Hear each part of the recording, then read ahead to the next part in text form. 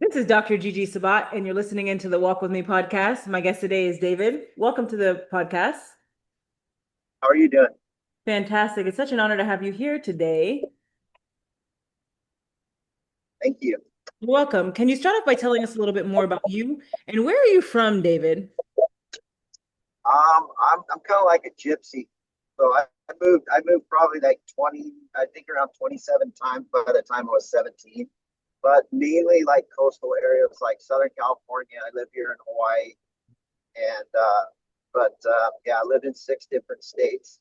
I currently I've lived the most though out here in Hawaii. Nice. Oh my goodness. I just graduated law school in 2024 in Southern California Institute of Law. Oh, that's cool. Yeah, so you're used to the beach. Absolutely, yes. And I just went out there as well. I went on a cruise in California. It was absolutely phenomenal. And yes, as you can see here, my niece's dog, she is here. Diamond is with us today on the podcast. But anyhow, can you tell us a little bit more about you and what inspired you to do what you do, David? Um, so I mean, it all started with it at a young age. Um, so basically, I come from a family of 13 kids, and yeah, I mean, my story is fourth oldest of 13 kids. We moved around a bunch, and just had various different businesses. Went through um, a lot of heavy things, and around 12, I was youth corrections custody, so I ended up getting locked up for about 4 years in and out of youth programs, and and then kind of got my head on straight. Then my parents went through a divorce. My mom had 8 kids at home, so I helped my mom for 3 years, raise a bunch of little rugrats, 8 little kids, while she worked a bunch of jobs, and we worked together because my dad was on the sure on a hiatus and didn't help my mom financially for a long time. And then found my wife, ended up getting married, and then yeah, this built a few businesses, and just along the way, my one cool thing about my dad, which is a big blessing, is he's one of the first like 20 employees of Stephen Covey, who wrote the book Seven Habits of Highly Effective People. Oh, that's a But good book. so I Yes. mean, I was listening to Jim Rome tapes, and yeah. So at such a young age, I was really immersed in personal development mindset, and it always intrigued me. Like, why can you have three family members and one of them is extremely successful and two of them are totally duds? And so I'm just like, it kind of tweaks your mind, and so went through a lot of different things, and then just over the years, over about a decade, I started living this rhythm where every day had an intention, and we've had great success in the businesses that I coach, and employees. I have currently around 130 employees, and we do work in 19 states. So for commercial and residential roofing, that's like my my business work, and then my life's work is B7. And so I just finished publishing my book, and that's why I'm kind of like, getting the word out there and talking to people and trying to get to my impact statement. I want to impact the lives of 5 million people by 2030 personally. And so I'm just on a mission. So I like talking to individuals like yourself and just sharing the message. And yeah, that's kind of a little bit about my roundabout where I've been. I love it. Thank you so much for sharing, David. Now, what message do you have for someone who feels stuck today? Well, today's Thankful Thursday. I'll go through the days really, really quick, and then I can come back to that. So basically what I've done, the core of B7 is I've taken 7 superhuman attributes and attached them to each day of the week. Okay, because we have what we call brain tracks, right? The average person alive today has 4,098 grandmas and grandpas, and all of their DNA is inside you, and that is vibration, and there's energy. So we as a people have experienced Monday, Tuesday, Wednesday. I mean, all the way to Adam and Eve, we've always had this 7 days, right? And the best way, the art of memorization, is to attach something to a brain track, something that is so embedded in you, you can't forget it. And so that's pretty much the essence of it is I've taken those 7 superhuman attributes and they ring with the day of the week, and the energy of the week matches the intention. And so it doesn't ever change. Really simple to live. And it brings clarity, it brings understanding. When people are lost, and so that's basically each day of the week, and that's what I've done. But I would say, in the question that you have, is someone being lost is defining their life's work. And sometimes you don't know exactly what your life's work is, but you do know what you enjoy and what you want. If you were to dream and think, okay, what can my dream life be? And then you come back and start your journey towards it. I love that. Okay. Yes. And one of the big problems is as most adults were told over 10,000, 20,000, whatever it was, depending on the parent, you can't do that. Stop that. Don't touch that. Now, if you were to ask a little kid, what do you want to do? Oh, I'm going to, I want to go to the moon. I want to be president. I want to build this. I want to fly, whatever it might be. And then you've got 100 other adults looking at that little kid over the ages and saying, you can't do that. Right. And Right. so when we're in a creative state of purity, children are pure. And so they're able to visualize and dream as God wants us to dream. And the problem, what we've done is culturally, every time our kid has an idea or to do something that maybe they shouldn't, let's say they're grabbing some candy and your kids just shouldn't be having that much candy. You want to stop them. So you say, hey, don't do that. Don't touch that. You can't have that. So there's all those brain tracks. Now you're a good parent. You don't want your kid running in the street.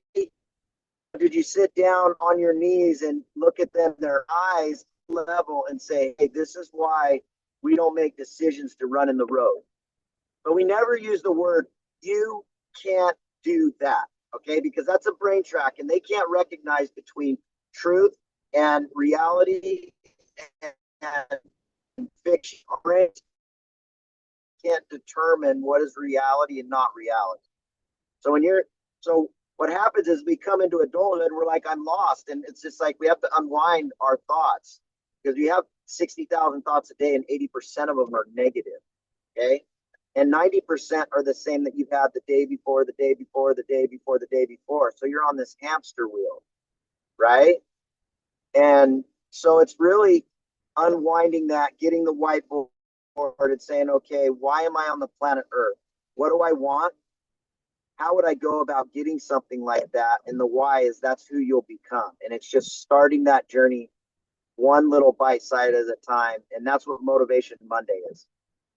So every Monday is Motivation Monday. And it's reviewing your question you asked me is, why am I on the planet Earth? What am I going to contribute to humanity?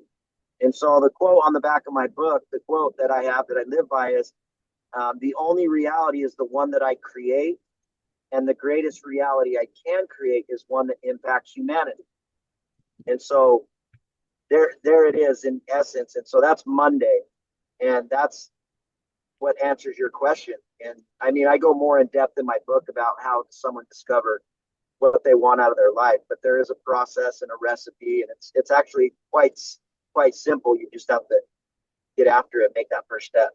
Wow, I love it. And what does leadership mean to you, David? Leadership is everything. Um, we're a leader of our own lives, and we're a leader of our own destiny. And an army of lions led by a sheep will always be defeated by an army of sheep led by a lion. And the answer to that dichotomy is attitude.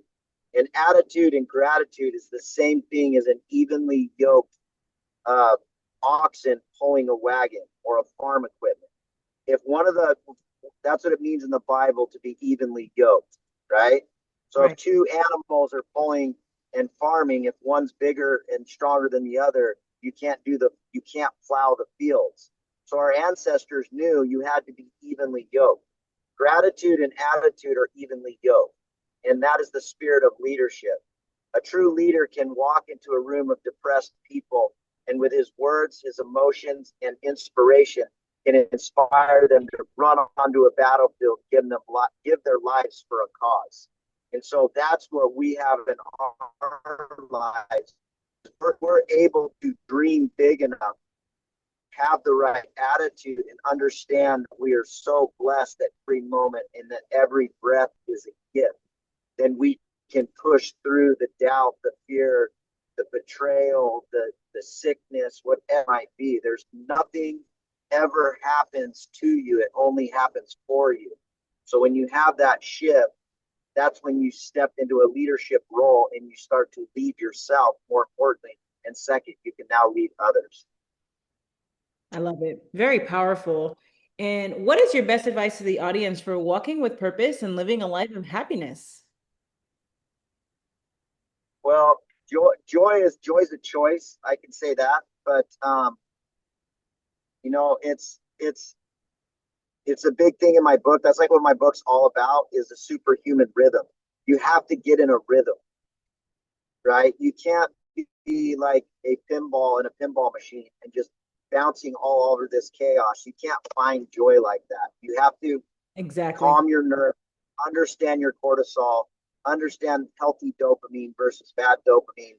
So, I mean, finding joy is that's welcome to life. I mean, that's the ultimate journey to like to find joy. And once you get there, it's never where you arrive. Then you realize that the joy was actually found in the process of getting there. So once an individual, once a human being says in their mind, every decision I make, what am I becoming? I love it. Truly coming from this decision. If you ask that, you always land in making little micro steps towards true joy and true happiness. Right? Am I going to drink tonight? Like heavy drink, and I've got work in the morning, and I have a problem with drinking and getting to work on time. Right? My what's the answer to that? Okay, well, what am I becoming if I do that? Right? Do I have a speeding problem? Whatever. All of us have our own little things that hold us back from truly being the best version of who we can become.